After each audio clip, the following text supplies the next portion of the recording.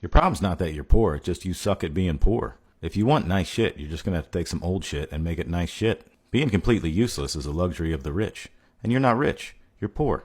If you want to be poor and just have old garbage, then fine, you're good to go. But if you're gonna sit around and cry about how you have nothing nice, but then you're doing nothing to have anything nice, that's your own fault. If you're able-bodied and broke, that's nothing but opportunity. And if you're like, I don't know how to fix stuff. Yeah, no one does, until they do. You ever met a baby who knew how to do flat roofing? You're gonna suck at it at first. But you're poor. If you want it to be nice, you're gonna have to just keep doing it, until it's nice. I know people in their 40s and don't even know how their toilet works. You sit on it every day. Just sit on it backwards once and look at the innards. There's tons of old trash everywhere.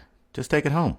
Polish it up. Now you have nice stuff. You go to a job, and you sell a dude your time for an hourly wage.